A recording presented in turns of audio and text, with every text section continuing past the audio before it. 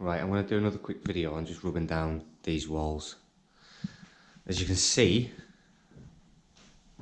I've already went round and rubbed down pretty much all of them. I had to get in behind the radiator done so that could come and be fitted, which we managed to achieve, which is good. All these walls as well, all rubbed back. Now the reason for this extreme rub down is because this property was built around about 1928, so it's been around a little while. There's been a lot of paint applied to these walls over the course of time, and what I'll try and do is just show you in the light. As you can see, they've had a fireplace removed and plastered over there. I'll try and show you in the light how different the texture of the two walls is from where I've sanded to where I haven't. I don't quite know if this does it any justice at all, but maybe we can hear it. So that sounds weird, but let's give it a go. Let's listen to this. And then let's listen to this side.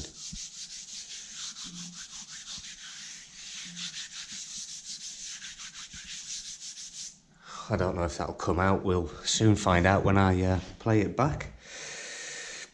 So yes, that's what I'm doing. Obviously I have the luxury of this sander, which is the Mirka deros and the extraction unit, pulling all the dust into there. Your other option, if you don't want to get it replastered, because that is an option some people go for, but replastering it will actually start to take the space away from your architraves, your picture rails, your skirting boards. It will all start bringing it forward, as well as putting more weight into these walls, because this is all lave and plaster. Your other option is lining paper.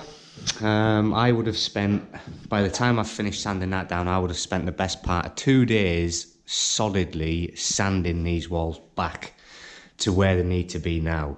If you were to line it, by the time you've lined it, that could take you around the same sort of time, the 2-day frame, but you've still then got to fill your joints, fill between the picture rail and the skirting board and up through the architraves, as well as then putting the paint on there. But that will certainly do the job, and it isn't gonna, give you that added depth with the plaster that you could go for. The lining paper will be the cheaper option of the three, I think. In fact, no, it'd be the second cheapest option. This would be the cheapest, then your papering would be the second cheapest, and your plastering would be the most expensive. So I'm going to do a quick demo. I'll stop rabbiting on. I'll do a quick demo of me rubbing down this piece of wall we have left. As you can see, I try to do it in bite-sized chunks. So I've just done this top bit. I'm going to go in and do that little slither there, but I normally try and work with a squared off area like that, and I tend to cut the square in first and then take out the middle bit with the sander. But I'll do a quick demonstration on that so you can see. I should have done that first. These are what I'm using, these pads, these Arbanet 80 grit is what I use secondary, and this heavy duty 40 grit is what I'm doing first, just to really get in there. And then the 80 is just really smoothing it back out. Like I said, this property has been around a while. It's had a lot of different products on there over the course of time, and we're just getting that back nice and smooth. So when we apply our paint to this with a medium pile roller, it's going to feel we're restoring these walls. That's what we're doing here. We're not, we're not taking any of the heritage away. We're actually restoring them, which is what we're all about. So, ear defenders. Not that you can see me put these on, but you'll see me in a minute. Ear defenders you need. Vibration proof gloves you need. And let's get sanding.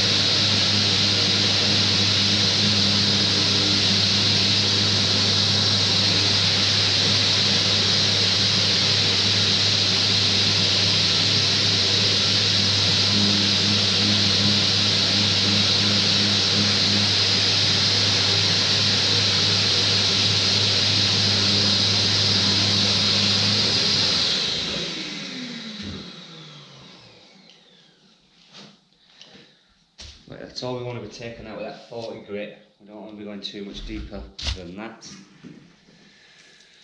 Change from the 40 into the 80. And then we're just going to start smoothing it in. I'll just do a small patch up here to show you that, because otherwise this video is going to be a bit too long.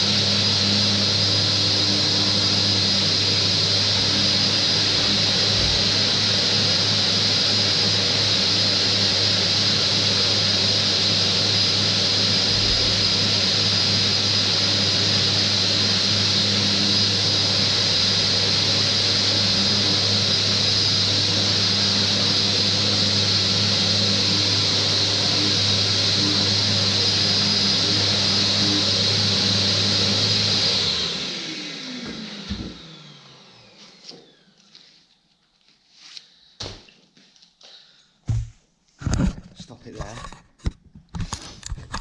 You've got a good idea, obviously, of how to do that and what we're working with there. Like I say, we're here to restore this, and that's exactly what we're doing. If I didn't have these sanders, I would not be able to do this job. I would be lying in it. So if you can get hold of one of these and you want to do the same thing, then have a look at renting them out. Like I've said in other videos, I will be looking to actually buy a few more of these units to rent them out. That obviously, if there is a market for that, just give me some feedback and let me know.